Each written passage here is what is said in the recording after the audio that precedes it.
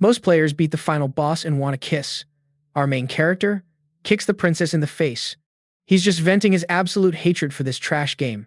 While everyone else plays masterpieces, our boy Sunraku is completely obsessed with garbage games full of broken bugs and totally unfair mechanics. Because of that, his gaming skills are basically god tier. He never backs down. Until one day, the local game shop owner finally convinces him to try a massive, wildly popular masterpiece, Shangri-La Frontier. He's bringing his hardcore trash game reflexes to conquer this legendary, god-tier world. First up in any new virtual reality game, character creation. Sunraku lives for high-skill gameplay. Out of all the flashy classes, he picks the squishy, max agility option dual-wielding mercenary. For his background, he chooses the luck-based wanderer for those sweet critical hits, plus starter clothes sell for triple. So he sells his armor, keeping only his twin blades and a freaky bird mask. Character done.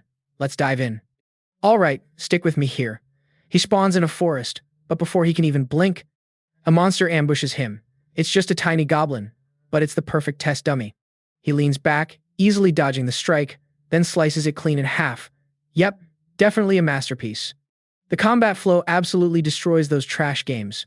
The goblin drops a basic axe, but just as he grabs it, something blasts out of the bushes. Good thing his reflexes are insane, or that was instant death. It's a rabbit dual-wielding red daggers, and when this Vorpal bunny charges, its eyes scream pure murder. Definitely not your average mob. This thing actually tanks a raw critical hit without dying. After a quick clash, Sunraku spots the pattern. The rabbit is obsessively targeting his neck. Way too obvious. Reading its moves, Sunraku slices the Vorpal bunny right out of the air. He instantly jumps to level 4 and unlocks new skills, which makes him realize something crazy. He didn't even use the system to fight, just pure mastery. Things like parrying and dodging. They are all manual player control, meaning if your mechanics are god tier, level gaps don't even matter. Hooked on this masterpiece, Sunraku sets a new goal. Those rare rabbit daggers were sick. He needs one immediately. So, our crazy bird man starts furiously grinding in the starter forest. He hits level 12 fast, dumping every point into agility and luck, but 2 straight hours of grinding. 50 dead bunnies later, he finally gets 2 Vorpal choppers to drop. The rates are absolutely brutal. Checking his map, he realizes he wandered way too far. He's actually closer to the second town now. So he decides to just skip the beginner zone entirely. But right on the mandatory bridge, the classic area boss blocks the way. The Devouring Python. Recommended level 10, party of 3. Sunraku doesn't care. As long as there's no unfair glitch, he's soloing this giant snake with pure skill. He plans a flawless run. But just 2 rounds in, the snake blasts him with a massive poison cloud. Now he's losing health every 10 seconds. Doing the math, he has exactly 4 minutes left to live. The snake's scales are pure armor. Unable to pierce it, Sunraku triggers his new skill, Spiral Pierce. He violently tears a fresh wound open, then relentlessly spams attacks right into the raw meat. Thanks to the game engine, every single hit registers as a critical. The boss's health absolutely melts. Desperate, the snake flings him into the air, opening wide to swallow him whole. But Sunraku casually stabs its eye. Dropping his left blade, he grabs the beast's fang and executes a brutal finishing blow with his right. Just like that, the boss is soloed. We love to see it. He hits 14 and grabs the loot, then realizes his poison is still ticking. He sprints toward the town, literally running for his life. Thanks to a friendly stranger, he finds the inn and saves the game with exactly 1 health point left. Meanwhile, back at the starter village, a max-level player in heavy armor suddenly shows up. She's searching everywhere for our bird man. In reality, she's his classmate, with a massive crush on him. Saiga Rei. She never imagined Sunraku would just skip the whole tutorial and vanish to town too. Back to Sunraku his first time entering a city, but walking around half naked in a bird mask is way too cursed. He quickly buys basic clothes, just so he isn't arrested as a total creep. Alright, you and I are jumping right in. Next stop, the weapon shop. The owner tells Sunraku go farm materials. He points him toward the wasteland to mine. Sunraku dives right in. After all, he needs more than starter cleavers. He really needs a backup weapon. He also spots a massive wave of newbies logging in for summer break. To avoid fighting over loot, Sunraku digs like crazy. One afternoon later, he hauls back a mountain of iron. The blacksmith forges him twin blades. Their only perk? Landing critical hits temporarily cuts durability loss in half. For the early game, they get the job done. Before leaving, the blacksmith warns him about his trash armor. Don't go outside at night. Nocturnal monsters are lethal. But honestly, that's exactly what Sanraku wants. He decides to test these new blades on the night monsters, and predictably, things get completely wild. The very first thing Sanraku runs into is a red-capped goblin, and this guy hits incredibly hard. Not only is its health pool massive, its attacks stun. But here's the absolute craziest part. One roar summons a whole squad of buddies. Things look rough, but Sanraku, his eyes just light up. This impossible challenge? Exactly what he lives for. But right at that moment, boom. A massive explosion wipes out every goblin instantly. And right here. Now, here's where you and I need to pay attention. The system flashes, unique monster encountered, Lycaon the Night Slayer. Shangri-La Frontier has 7 supreme monsters. Top-tier players make it their absolute ultimate goal to hunt these legends. They even build massive guilds just for this, but most don't even know how to trigger their spawn. And so far, nobody has ever beaten one. Sanraku knows the deal. If this boss even brushes against him, it's over. Instant death. The wolf attacks.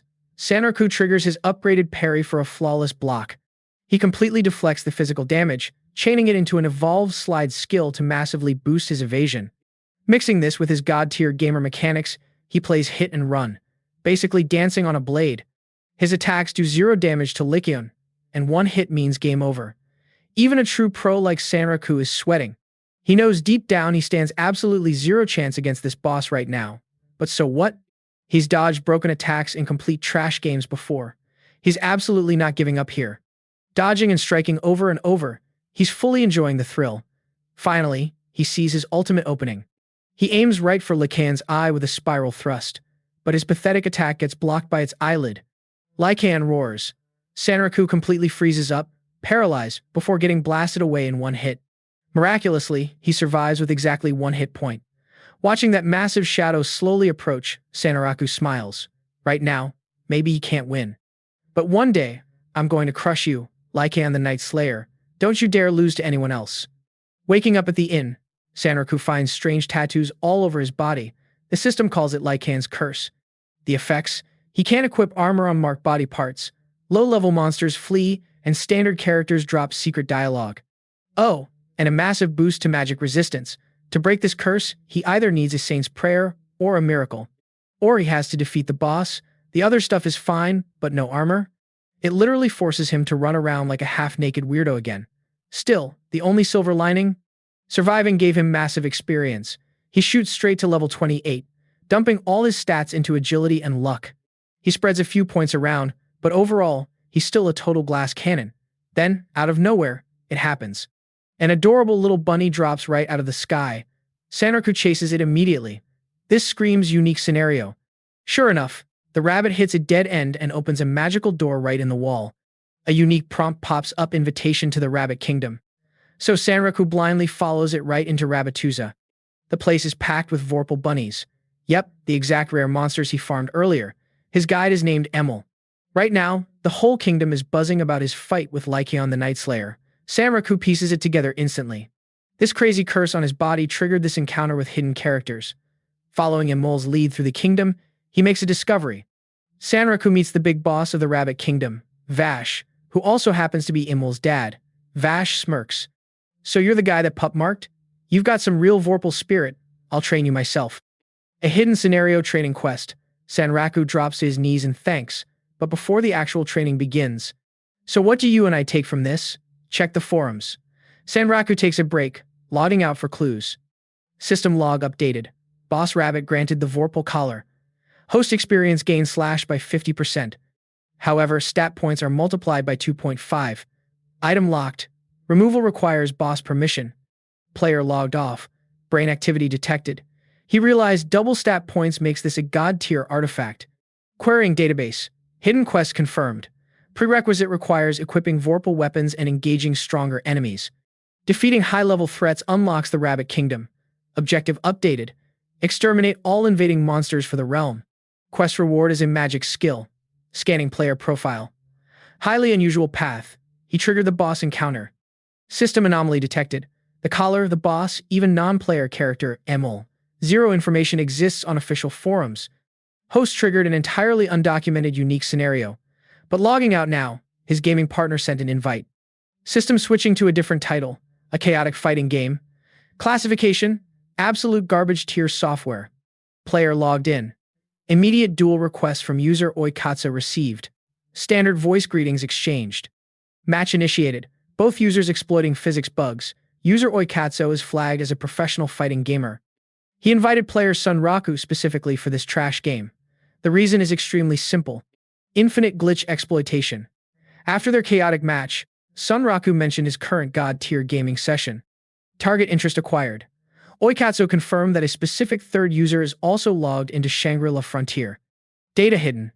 Neither player realizes what that specific user is actually doing inside the game. Warning: she is a top-tier player killer. She heard Sunraku joined and intends to hunt him down. Day 2. Player Sunraku logged back into Shangri-La.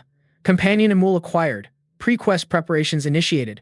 To avoid attracting massive player crowds, Sunraku set his waypoint for the next major city.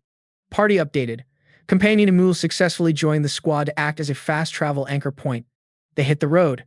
Scanning stats. The companion severely outlevels the host. 1 human, 1 rabbit, departing. Visual mismatch detected. This bizarre duo attracted attention. 2 female players captured photographic evidence. Threat level unrecognized by host. Outside city limits, Sunraku initiated a test of his Lycaon curse. Test successful. A low-level sheep monster scanned his curse mark and immediately fled in pure terror. Host in pursuit. Target cornered. The exact moment it turned, Sunraku threw his weapon to block escape. Executing aerial strike. Target eliminated. Combat data shows the curse does not hinder low-level mob farming. Irrelevant data. The host's true objective is bypassing standard mobs and hunting the local area boss. Global positioning routing engaged. Host arrived at the swamp zone. Tracking the regional boss target now. Target is Mud Digger. Difficulty exceeds the previous snake. Requires 4 players and restricts movement to walking. Terrain heavily debuffs an agility build like Sunraku. System calculating survival odds. They are extremely low. Warning: 4-player boss engaged with only a companion. Host barely dodged a massive tail whip by sliding. Massive bite attack incoming. Host executed an evolved parry skill. Attack completely and perfectly deflected. Skill analysis. Parry neutralizes damage while opening counterattack windows. Host understands this mechanic perfectly well. Victory depends on new skills acquired from the Lycaon encounter. Host defensive abilities are currently on cooldown. Companion Emul providing support. She cast a magic blade directly into the boss. Attack window created. Host activated acceleration skill. Distance closed. He unleashed the evolved tier of his Spiral Pierce move. Spiral Edge confirmed. Combo continues. Host is now using a climbing skill to directly scale the boss. Position secured on the target's head. He signaled Emul to launch an amplified tier magic blade. Target knocked back into the swamp. Alert. Seismic activity detected. Threat level is rising rapidly. Host tossed the companion to safety just as the boss executed a launch attack. Host is airborne. Forum data notes this boss is a solo player killer. The reason? This exact health threshold mechanic. The launch skill triggers fatal fall damage upon landing. Probability of host survival is dropping to 0. Override detected. Companion Emul activated a teleport scroll. Host repositioned directly above the boss with terminal velocity. Calculating physics engine exploit. Downward momentum converted to a critical strike. Target Mud Digger successfully eliminated. Boss defeated. Host expressing gratitude to his digital savior. The regional block has been officially cleared. Waypoint reached. To bypass stealth checks, Companion Emul used a special bracelet to disguise herself as human. But the gate guard stopped me anyway. His excuse? These cursed scars all over my body, but right then. A super loud voice stopped me dead in my tracks. Turns out, just a little while ago, you see, some random players actually snapped a clear picture of me. Emul's human form was already going completely viral online. And you know this mysterious white-haired girl. Turns out, she's the actual leader of the Animal Lover Guild. The absolute second she saw those crazy online rumors, she immediately tracked me down. But here's the really crazy thing, it wasn't just Emul in that photo. My unique Lycaon curse had officially caught the attention of all the server's top-tier players. Anyway, back to my current situation. This crazy guild master was absolutely begging to know exactly how I tamed a unique Vorpal bunny. Boom! A massive attack totally interrupted us out of nowhere. It was the exact crazy psycho player Oikatsu had desperately warned me about earlier. Honestly, I recognized her character instantly. It was my old trash game buddy, the absolutely legendary Arthur Pencilgon. Well, to be perfectly fair, that's just her specific gamer tag in this crazy VR world at least. She's a level 99 absolute powerhouse. Me and Pencilgun. We go way back to this one specific game. It was an old end-of-the-world survival game. The main goal was literally supposed to be protecting the entire kingdom from invading monsters, but the item drop rates were so incredibly garbage that players just started robbing everyone for pure fun. Even the NPCs. But right in the middle of that total chaos, Pencilgun took things to the absolute next level. She literally took over the entire kingdom by force and set herself up as a twisted dystopian empress. That's exactly when me and Oikatsu finally stepped in. Our main mission? Take down the evil tyrant completely ruling the server. We fought her head-on, and honestly, calling us trash game buddies is a huge stretch. We're honestly way more like old, bitter rivals. Just by watching us clash and banter back and forth, the Animal Guild leaders suddenly realized exactly who Arthur Pencilgun really was. Oh boy. She's the ruthless second-in-command of the Ashura Guild, a totally notorious player-killer squad. They literally call her the Player Slayer. She absolutely loves hunting down players way higher level than herself, and today, she came directly to me for a reason. She wanted to force me to spill Lycaon's secret spawn conditions. After trading a few blows, I quickly realized the truth. The level gap was just impossible. I knew I had to get inside the safe city first. PK penalties here are totally brutal, which is exactly why Pencilgun blocked the front gate to trap me. But right at that exact moment, Emil's human transformation timer totally ran out. She popped right back into her adorable bunny form. The Animal Guild master instantly lost her mind over the sheer cuteness. The exact second I bolted for the city, she heroically jumped right in front of Pencilgun. Her only reason was to protect the little bunny. But suddenly, a bunch more shady figures dropped in by the gate. Other members of the Ashura Guild. While I was busy brawling with all those goons, the duel outside the city ended super fast. My new ally's powerful magic attack got completely deflected right back at her by an item. A totally overpowered reflection scarecrow item. My gaming mechanics honestly weren't any worse than these guys, but I just couldn't physically overcome their insanely high raw level advantage. Right when things looked totally hopeless, someone else randomly crashed the battlefield. Yup, a new ally. The exact same powerhouse who searched the starting town for me. She finally tracked me down here using that viral photo. Of course, I had absolutely zero clue she was actually my female classmate in the real world. Because right here in the world of Shangri-La, she's SSS-RANK, the absolute highest firepower monster from the top-ranked guild.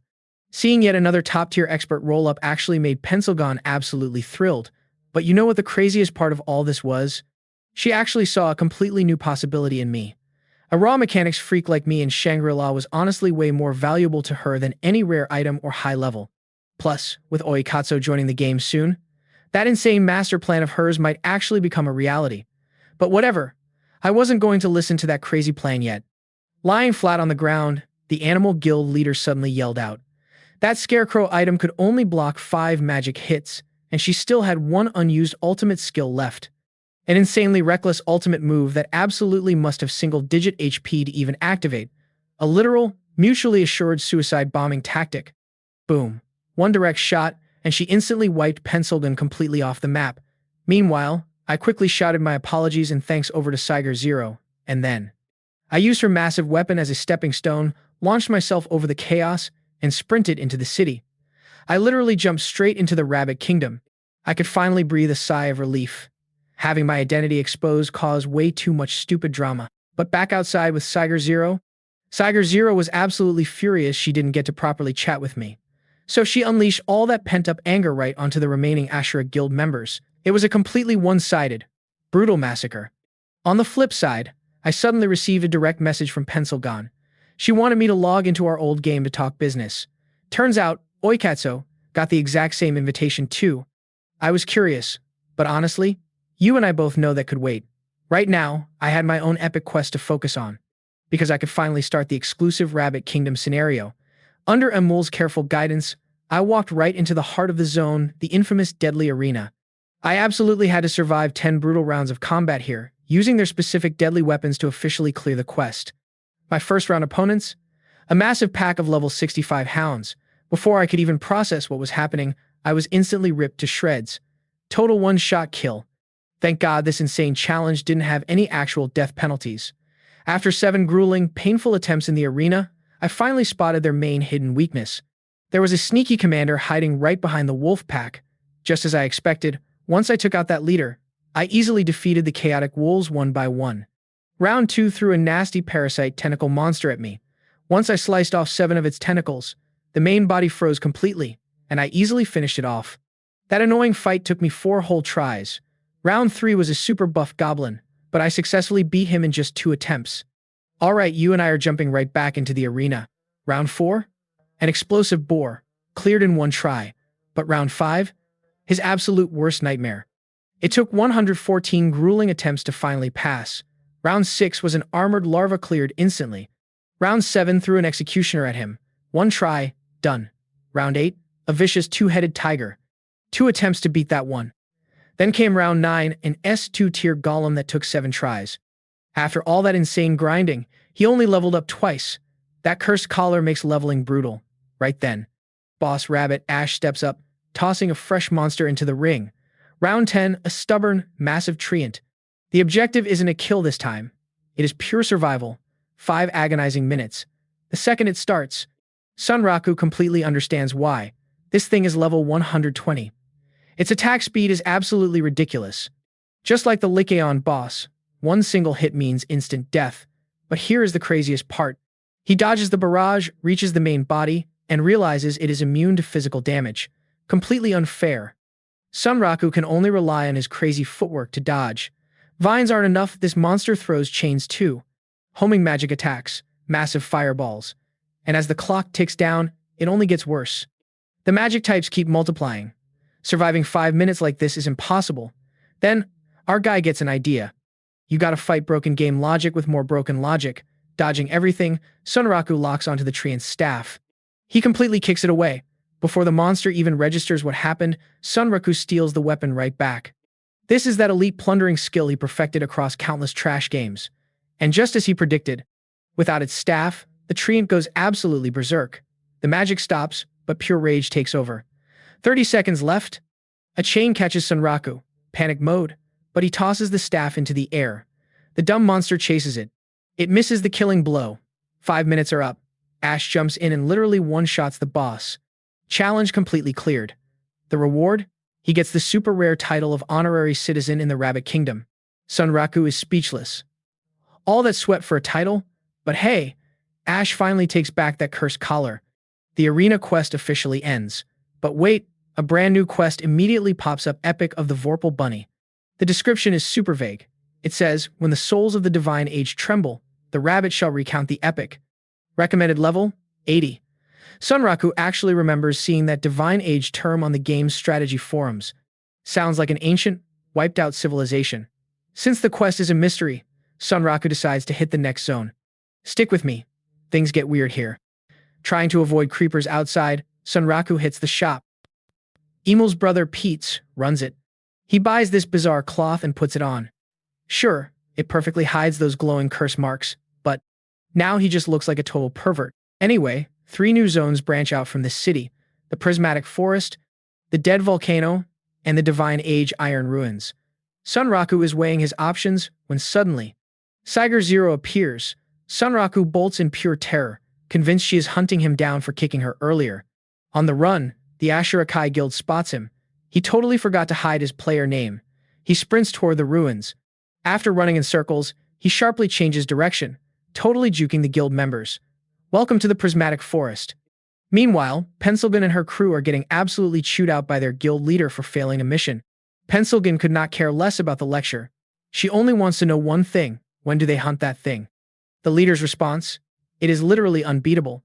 He just wants to use its respawn mechanic to farm easy experience. Why waste time trying to win when they can just get stronger? Hearing this cowardly answer, Pencilgun is completely disgusted with the guild. She makes a vow right there to risk everything to defeat it. One of the 7 unique monsters was Amon the Tombguard. Cut back to the forest, a beetle intrudes on the Emperor Bee's turf. The Bee Queen locks onto it, triggering a massive monster turf war. Sunraku stumbles into this and gets so hyped. He had just entered the Prismatic Forest, farming random mobs and planning to sell all the basic loot for cash. But stumbling onto this chaos, he is definitely getting a piece of the action. The Queen commands her massive swarm. They dive-bomb the beetle. The bug has insanely thick armor, but the sheer number of bees is totally overwhelming. A totally suicidal charge from the swarm. Feeling the heat, The beetle isn't dumb. It flaps its wings, launching upward. Boom! One strike completely one-shots the queen. With their leader dead, the bees scatter. And Sunraku? He makes his move. You know how we do it. He aims right for the beetle's fresh wounds and strikes. Classic third-party kill steal. Every single strike lands as a critical hit. Sunraku effortlessly harvests those two elite monsters. Before he knows it, he's entered the area boss territory. The real challenge begins now. But as he approaches the cave, a system alert pops. Another player is already inside. Right at the entrance, some guy is yelling his head off and gets instantly crushed by falling rocks. When Sunraku finally steps inside, he realizes the rest of that squad, wrapped up in cocoons, hanging high above. This boss. It's the crown spider, lurking in the shadows. Sunraku tells Emil to sit back. He's soloing this. Dropping his cloak, he sprints straight up the webs. That crush guy actually gave him a solid warning. Sunraku uses a jump skill, perfectly dodging the falling rocks, then instantly pops his acceleration. Dodging and sprinting across the silk, he gets right above the spider. A spinning slash cleanly severs one of its right legs. Then comes a flurry of stabs. Losing its footing, the massive boss slips and plunges down the cave. But Sunraku saw that coming. The second it tries shooting a lifeline web, his thrown dagger cleanly snaps it. Failing to catch itself, the spider slams into the floor. But Sunraku knows that damage isn't enough. Glancing up, a wild idea hits him. He turns the spider's own falling rock trap against it, riding the boulder straight down. He lands a brutal fatal strike right on its back pattern. Another flawless, zero-damage boss kill in the bag. Area complete. Now, you and I know Sunraku never rests. He hops into another game for a private meeting with Pencilgun. His pro-gamer buddy Oikatsu is here too. After some quick banter, Pencilgun cuts straight to the chase. She's inviting both of them to take down one of the 7 supreme monsters, Wezem and the Tombguard. Honestly, Oikatsu is even more hyped up about this than Sunraku is. This boss is on the exact same god-tier level as Lycaon, but Pencilgun drops a warning. Numbers won't beat the Tombguard. She already tried rushing it with 15 top-tier guild players. They got completely wiped out in seconds. Beating this guy requires nothing but pure, top-tier skill. And they only have 2 weeks of prep time. But for a crazy challenge like this, Sunraku would never back down. They agree to hold their final strategy meeting back inside Shangri-La Frontier. Knowing he'll be gaming hard, he hits the convenience store for rations, but randomly bumps into his classmate, Ray Saiga. Yes, the legendary Saiga Zero herself. Blushing and stammering, she desperately tries asking if they can play together. But Sunraku gets a text from Pencilgun right then. He waves goodbye, rushes home, and dives straight back into the game. But when he logs in and tells Emil about fighting the Tombguard, the poor rabbit absolutely panics. She sprints off to tell her dad. Sunraku only realizes later. In this game, NPCs stay dead permanently. Hearing the crazy news, Boss Rabbit summons him. Wait, listening to the big boss talk, it actually sounds like he knew the Tombguard personally. Did he just trigger a unique scenario? Sure enough, Boss Rabbit drops some massive lore. The Tombguard is an immortal undead. Someone has to defeat him so he can finally rest. To help him out, Boss Rabbit takes Sunraku straight to the kingdom's blacksmith, run by Emil's sister, Bilak. But Bilak isn't forging today. The boss is stepping up. Sunraku hands over his Vorpal choppers, along with those rare shell materials. As the boss starts hammering away, Bilak drops some crazy knowledge. The absolute top tier of blacksmiths, mastersmiths. But those who craft lost ancient weapons are called ancient smiths. And Boss Rabbit, he mastered both of those legendary paths. He's an actual divine smith. He's completely awakening Sunraku's weapons. And what does awakening actually mean? It literally extracts the weapon's past battle memories and combat experience. Remember, these blades clash with the god-tier Lycaon. After some heavy forging, they take on a brand new form and name. Black and white twin blades, upper and lower rabbit moon. And their special effect? When fighting higher-level enemies, the black blade drains his health on a critical hit, but massively boosts his next strike. The white blade restores health. And stick with me here, chain enough crits, and the blades literally combine. He scores an absolute god-tier weapon. But wait, he cannot even equip it yet. Looking at his stats, it is locked until level 50. Pure torture. Back in town, Sunraku drops the intel about the Tombguard to Pencilgun and Katsu. And yeah, just like Pencilgun, Katsu is rocking a female avatar. Pencilgun hands them a map and a fishing rod. Go grind, because this boss is level 200. But the boss caps your level at 50, so they need to hit 50 anyway, perfect for Sunraku. The duo heads to the hidden area marked right on Pencilgon's map. Monsters along the way. Katsuo completely crushes them barehanded. He is a martial artist. No weapons, just pure body buffs and heavy punches. His stats are all health points and endurance. Following the map, they dive into a hidden cave. Boom, a glowing underground lake. Time to fish. The water is packed with healing fish and massive, terrifying serpents. Those snakes, that is their target. The ultimate experience farm. Sunraku pulls out his twin blades. Forged by Belak from Queen Bee parts. And get this, the right sword applies venom. It slowly melts the enemy's body. Perfect for breaking down the snake's insanely hard scales. Sunraku corrodes the armor, then Katsuo unleashes explosive burst damage to finish it off. The experience farm is real. Both of them level up instantly, checking Katsuo's skills. Katsuo mentions something totally casual. Wait, Sunraku just realizes. You can link and combine skills? He missed this by skipping the starting village tutorial. Grinding this boss, they easily blast past level 40. Then Pencilgon finally shows up. Alright, you and I are about to see the real story kick off. Time to meet the Tombguard. They need a full moon and a specific game character. The trigger, right where Sunraku beat the tree boss. Who would have guessed? A hidden passage right inside the wall stairs. The passage leads to a massive field of red spider lilies. The character is waiting under the tree. A semi-transparent ghost named Setsuna. But here is the wild part. No fantasy armor. She's wearing modern, real-world clothes, definitely tied to the ancient divine era. Pencilgon is already a regular here. She introduces Sunraku and Katsuo to Setsuna. System alert. Unique scenario triggered. From this shore, conveying love to the other. Setsuna drops the heavy lore. She was Weatherman's lover, but passed away in a tragic accident. Ever since, Weatherman has guarded her grave without resting, hence the name, Tombguard. Setsuna has zero regrets about dying. She just hates that Weatherman is chained to her grave forever. But the game system rules are brutal, trapping the guy in this endless loop of pure grief. Only on a new moon does the barrier crack. She begs them put Weatherman to rest permanently. And our usually chaotic Pencilgon? She actually swears to this character that she will save him. The boys are totally stunned. Is this really the same psycho who hung someone from a chandelier? Did she actually reboot her humanity? After some teasing, Pencilgon admits she really connected with Setsuna's story and name. Sometimes, she just wants to play the game seriously. The guys totally respect that vibe. Time to team up and crush this boss. But the new moon is far away, so Sunraku grinds all night. Waking up completely dizzy, we finally meet his family. First up, his bug-obsessed mom. The house is swarming with her butterflies. Then his little sister, working constantly just to buy cute clothes. And his dad? Total fishing fanatic. They agree to one family dinner every Sunday.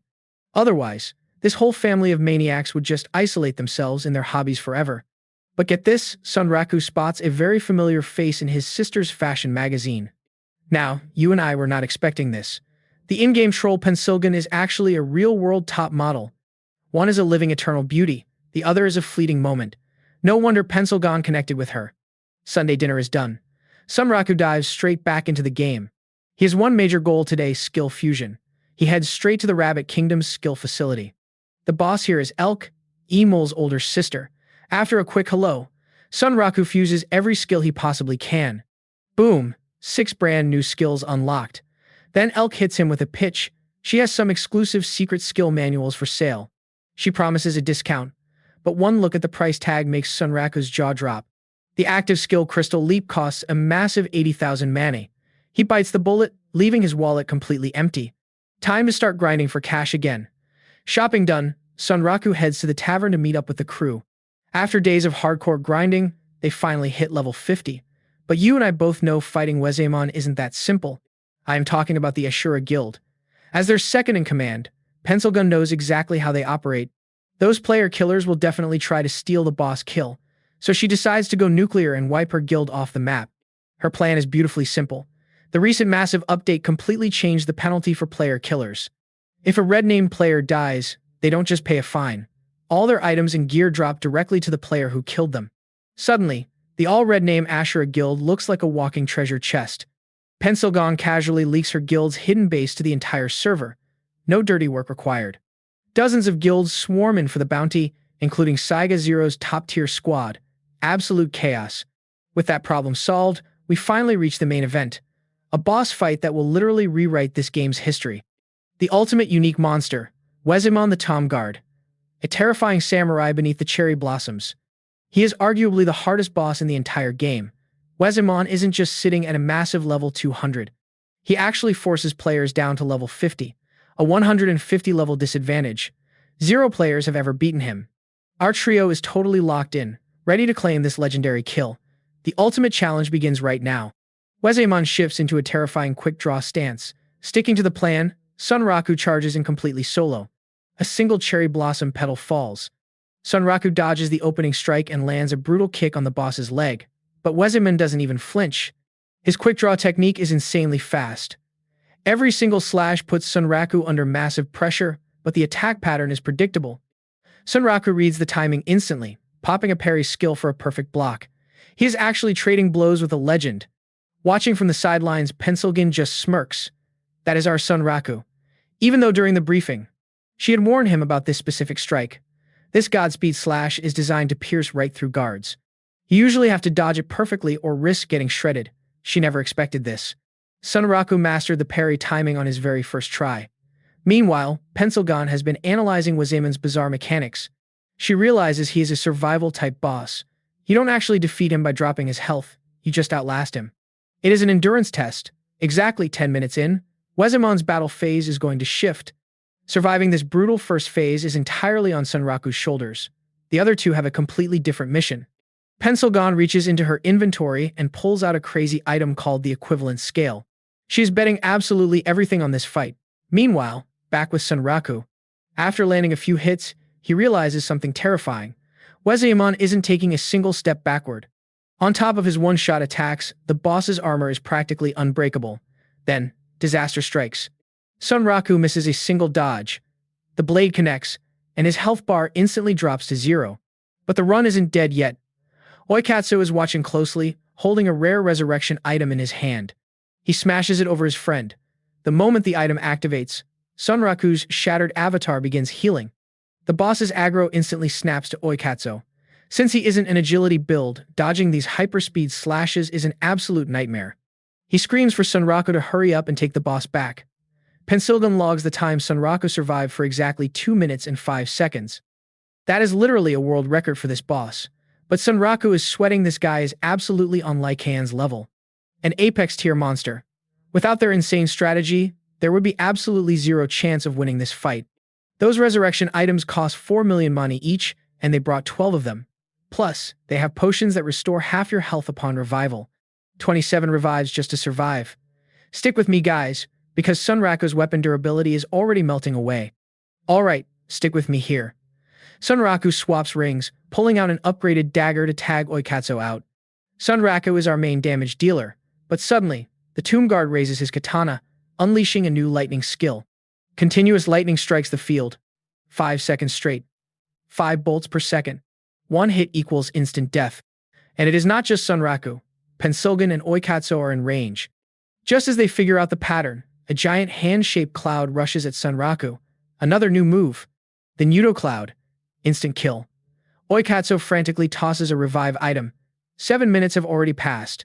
While Sunraku revives, Oikatsu steps up to tank, but he gets totally wiped in 30 seconds. Agility focus, Sunraku definitely lasts the longest. Through sheer effort, they burn 10,000 mani in revive items, but they survive to the 10-minute mark. Pencilgin, holding her, scales, smirks. Phase 2 is finally here. Phase 2 summons the Machinakirin. Oikatsu's job is to stop it from combining with the Tombguard. A player must jump on its back and force a continuous bucking animation. Easier said than done. Missiles and lasers erupt from its back, sending Oikatsu running for his absolute life. But quickly, Oikatsu spots maintenance ladders on the horse's armor. God-tier game design right there. It is a perfect setup. He climbs onto its back and activates his subclass. The archaeologist's special skill. A snake-like golem wraps around the machine's neck, forming a makeshift rein. The extreme difficulty rodeo officially begins. Meanwhile, Pencilgin activates the scales of equivalence, an item borrowed from a non-player character. Items placed on the left scale. They grant an equivalent blessing on the right. She literally dumps all their accumulated loot straight into it. 30 million mani worth of gear. It grants 300 stat points, splitting 50 to Sunraku and Oikatsu. This massive stat spike makes Sunraku significantly faster, and with this new speed, he decides to test a wild theory. If they are just stalling, might as well be direct. He puts away his weapons, activating a skill that calculates damage purely based on his luck stat. The brawler's skill, Hand of Fortune. Yep, the exact weapon-stealing trick he used on the tree demon. He aims for the katana's drop point. Sunraku pops an acceleration skill and snatches it.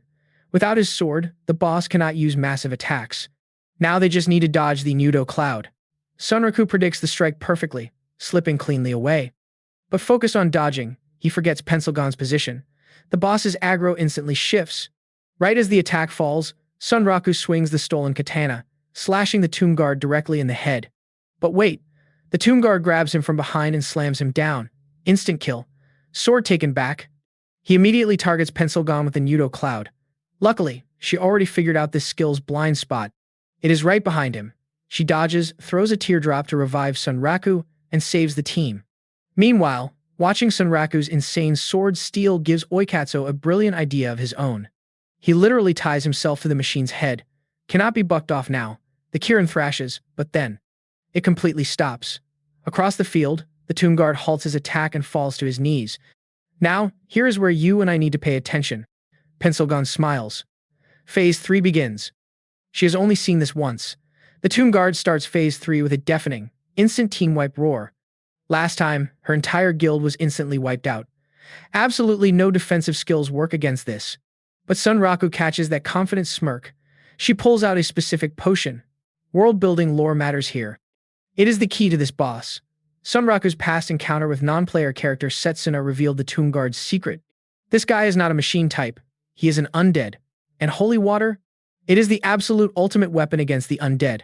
She tosses it straight at him. The Tombguard unleashes an agonizing scream. The team wipe roar is successfully interrupted. But look at him. He is completely enraged now. And at the exact same time, the Kirin. It transforms from a horse into a headless mech. Sunraku tells Pencilgon to back up Oikatsu. His fight now. So what do you and I take from this? 10 more minutes on the clock. Completely solo. Absolute madness. But honestly, you and I both know dodging a boss forever is completely boring. I took a swing, and boom, it worked. His reaction to the holy water confirmed my guess.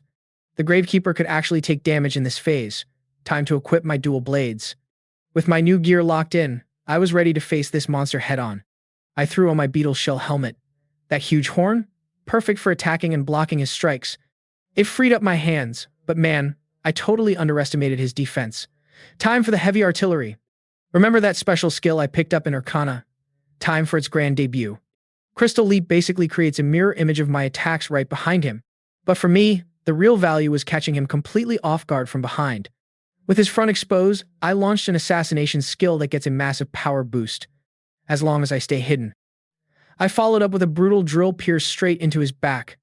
Over on the sidelines, Pencilgon was grinning, probably thinking I just couldn't resist showing off. And my boy Katsu? He charged straight at the Kirin mecha, but the power gap was insane. He got swatted like a fly. Pencilgon had to pull out her secret weapon, a little box. She tossed Katsu a pill that maxes out your stats to level 99 for 15 minutes. There was a catch, but Katsu didn't care. With his stats totally maxed, he was ready. He wanted to wreck that metal horse, until Pencilgon casually mentioned he'd lose a level every 30 seconds. Of course, she was using her own natural stats. Katsu was already locked in, no going back now. All he could do was take out his rage on the Kirin, throwing wild, heavy punches. Combined with Pencilgon's spear thrusts, they finally knocked the beast off balance. But that was it. The thing didn't even have a scratch. A blast took out Pencilgon's right arm, and things looked grim. Meanwhile, back in my fight, I was getting pretty used to blocking hits. Watch this. I even used a jumping skill that drains health just to trigger my low HP buffs. Max power, combined with a skill that gets stronger the closer I am to dying. With all these crazy buffs stacked up, I actually thought I had him, until he took that stance again. But then he just stopped.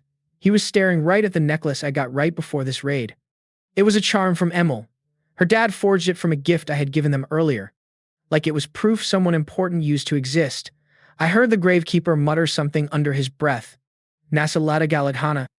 Masako Honor. General. Then he dropped into his stance. His final berserk phase had officially started, and his blades swung down. He unleashed lightning without a single pause. I barely dodged as a massive storm of blades and thunder swallowed me. But I had his patterns memorized. I dodged again and threw a spinning kick to interrupt his close-range strike, only to get hit by another barrage of slashes. That is when it hit me, his cooldowns were completely gone. The second I realized that, he stabbed his sword into the dirt, summoning giant fire dragons into the sky. The sky turned black. Flaming dragons rained down from the dark clouds, blasting straight toward me. I tried to speed dodge, but he teleported right next to me. Even worse, he completely locked my movement. No time to think. I threw my head forward, using my helmet to take the hit. My helmet shattered, and my body was ripped apart. The strike was insane, but I was not done yet. Right before his blade connected, I tossed a revival teardrop straight up. When I died, it landed perfectly on me. A literal split-second self-revive, but things were still looking terrible. My helmet was completely destroyed. My belt was shattered too. That ultimate move he used actually destroys your equipped gear on impact. He raised his sword, winding up for the exact same lethal combo. I started dodging, desperately trying to find a counter. 30 seconds later, he caught me again. I revived the exact same way, but that was my very last teardrop. Only 5 health potions left. Stick with me here, because surviving this ultimate pattern is the only way out. Alright, watch this. This move is called Clearing Sky. Dodging is literally impossible, so Sunraku blocks it head-on. He has to parry with a perfectly timed critical hit. Last health potion down. Sunraku is finally ready. Swapping out his bird mask, his twin blades signal they can merge. It's all or nothing against Clearing Sky now.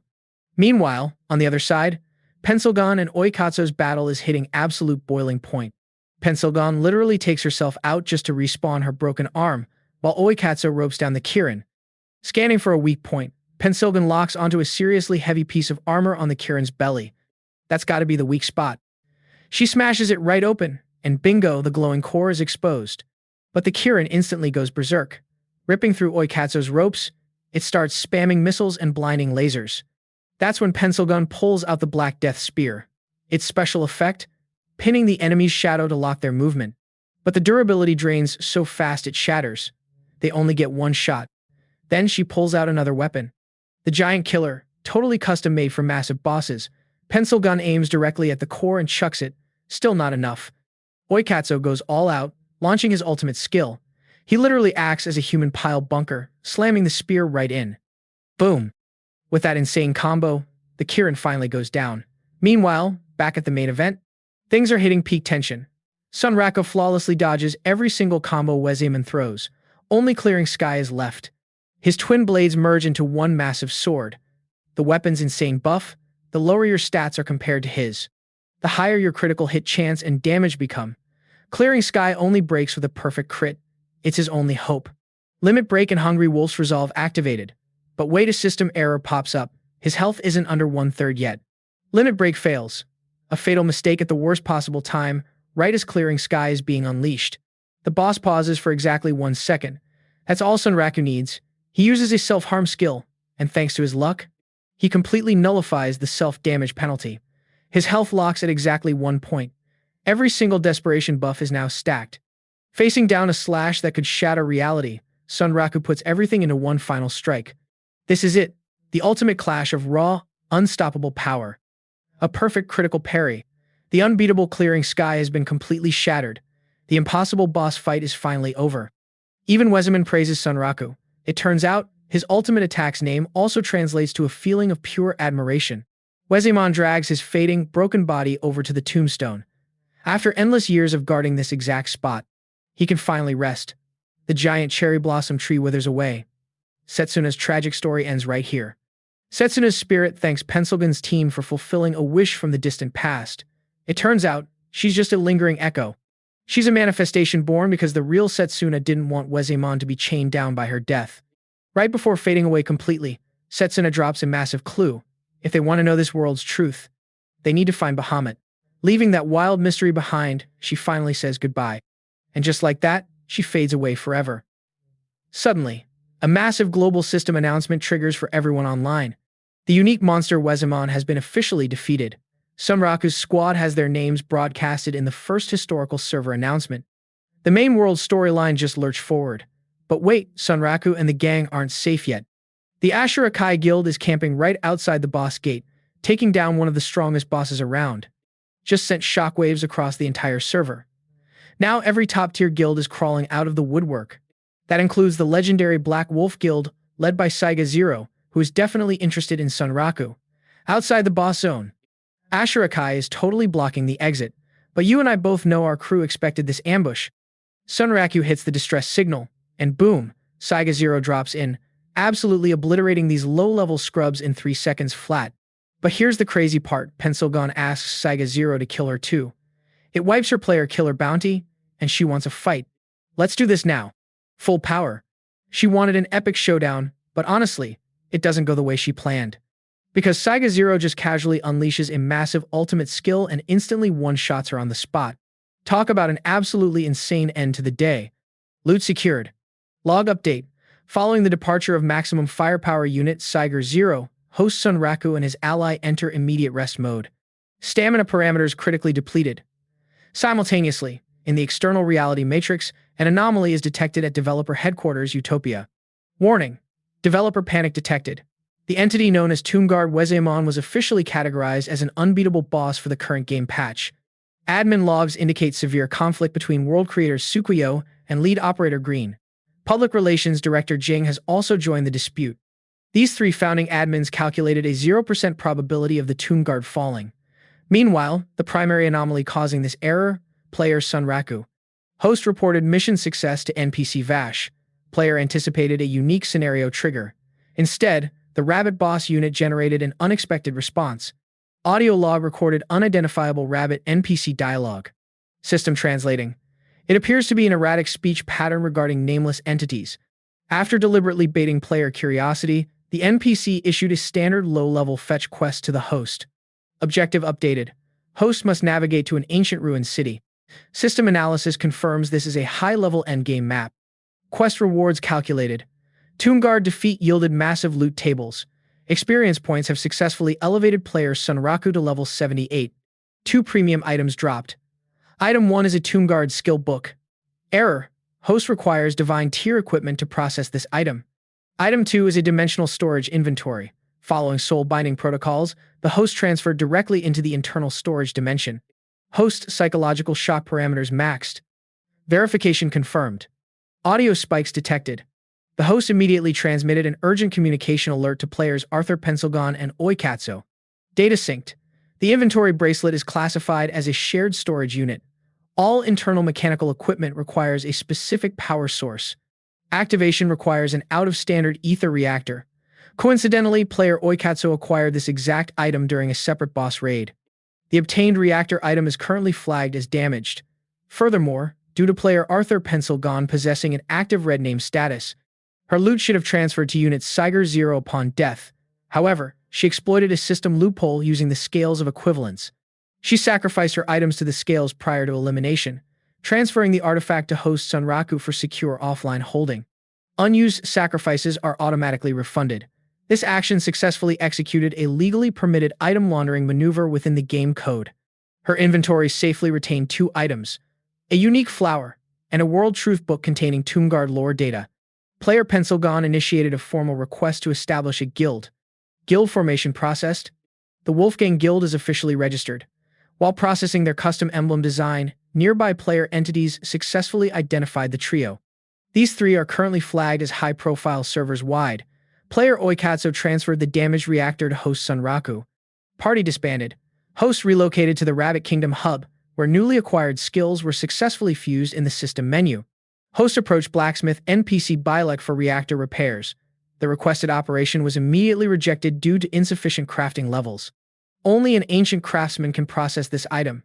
With NPC Vash missing from the map, Host initiated an alternative protocol. Host decided to upgrade NPC Bylak to Ancient Craftsman status. 2 specific upgrade materials are required. 1 is already secured. Material 1 is located within the dimensional inventory. The second item, a magical operation unit, requires entering a designated zone. Accessing Bylak map data, Host identified the exact coordinates for the Rabbit Boss fetch quest located at the ancient ruins. Motivation parameters spiked. Host applied highly irregular cosmetic disguise items to both NPC Bylak and NPC Emul. Host triggered a new zone, entering the Wailing Ravine. Topographical analysis confirms the map is an entirely straight, dried-out river valley. Toxic miasma detected across the zone. However, the unique curse currently applied to the host grants complete immunity to airborne debuffs. Low-level mob entities actively avoided the host. Threat detected. A Dullahan enemy unit has spawned. System analysis confirms this rare monster exceeds host level. Optimal scenario for skill testing identified. Host activated maximum stat enhancements, equipping the newly acquired aquatic moonblade weapon. A high-velocity chilling strike successfully dismounted the enemy unit. Support unit Bylak executed an attack using a holy water-buffed hammer. The enemy was launched backward upon impact. Host initiated a vertical jump maneuver, successfully evading the counterattack while weaponizing his luck stat, which exceeds 100. Skill Hand of Fate activated. The enemy unit was slammed back onto the ground, leaving an opening for Bylak to terminate. Combat synergy logged as optimal. The defeated Dullahan entity has dropped a severely damaged executioner sword into the loot pool. Bylak holds onto it, and you and I are about to see its former glory restored as they head deeper. Sunraku spots this weird mist overhead. Emil warns him the crystal monsters up there are over level 100. Crystal scorpions are way too strong for them right now. She begs Sunraku not to get himself killed. They finally reach the area boss zone. It is a Kuro mage holding a scepter, chanting some dark war magic. Sunraku tries to strike first, but his slash does 0 damage. Turns out, physical attacks without holy attributes are useless. Completely ineffective. But honestly, the boss's poison gas attack does absolutely nothing to Sunraku either. The battle becomes a total stalemate. Luckily, Bylak is here to break the deadlock. Sunraku literally equips Emil to his hand. He charges straight in to buy Bylak some precious time. Emil's magic attacks? They actually work against this demon. Sunraku grabs the aggro, dodging smoothly through a massive sea of skills. He fires off Emil's magic cannons over and over. The demon gets completely enraged, swinging its staff to summon 6 flying heads. Suddenly, they all sprout bodies. Armed with different weapons, they rush Sunraku from every single direction. Just as they close and Bylak's backup finally arrives. She reforged the executioner's sword using holy water and tosses it to Sunraku. But because of the arena limits, this blade can only be used 8 times. Basically, it is an extreme challenge mode with limited strikes. Sunraku is absolutely hyped. He baits the clones into attacking, using crazy speed to make them accidentally hit each other. He quickly figures it out: the clones and the main body share a health bar. Perfect. Buff skills activated. Massive stat boosts for 5 minutes, but a brutal debuff will hit him right after. With only a 1-second cooldown, he trades his health for pure strength and agility. His health bar instantly drops. Fully buffed and dodging perfectly, Sunraku dashes right at the clone archer, taking it out in one hit. The executioner's sword does massive extra damage to heads, so Sunraku aims high 1/1 instant kill. 6 attacks used. All clones wiped out completely. Now it is just the main body holding the scepter. The boss's gas explosion does nothing to him. Using Emil's magic blade to clear the path, Sunraku thrusts at its head. But the blade gets stuck right in its neck. The main body is way tougher than the clones. But wait, Bylak is still here. A perfect strike. With all 3 working together, they successfully clear the area boss. The demon is finally destroyed. The heavy mist over the canyon fades away. Seeing Sunraku's curious look, Emil warns him again to just behave. He promises he will, but you and I both know this is Sunraku. After reaching town and setting his spawn point, he distracts Emil with her absolute favorite carrots, then immediately sprints right back to the canyon alone. Knowing there is a hidden area, he just cannot ignore it. He rushes through the mist, climbing to the top. And there it is, the crystal cliffs. He barely has a second to admire the view before a sudden attack. These crystal scorpions actually mimic the crystals. The moment prey enters their territory, they ambush. And there is a reason. Once one spots you, the entire colony swarms you instantly. Oh, my poor head. Respawning at the inn, Sunraku is absolutely furious, screaming about how those dirty scorpions have 0 honor. He accidentally slips up and gets an earful from Emil. But right before he died, he noticed something hidden. A brightly colored spot. He could not resist taking a quick swing with his pickaxe, even while getting swarmed. He risked his virtual life just to mine that rare ore. Looks like a massive spirit crystal. One look, and you know this thing is incredibly valuable. Plus, after fighting them twice now, Sunraku realized those dumb scorpions charge blindly. They hit hard surfaces, causing their precious shells to drop right off. Those fallen shells are definitely loot drops, so he heads back again. But this time, he is completely prepared. He baits the swarm into charging. One perfectly timed jump, and boom, loot drops everywhere on the ground. But Sunraku doesn't panic.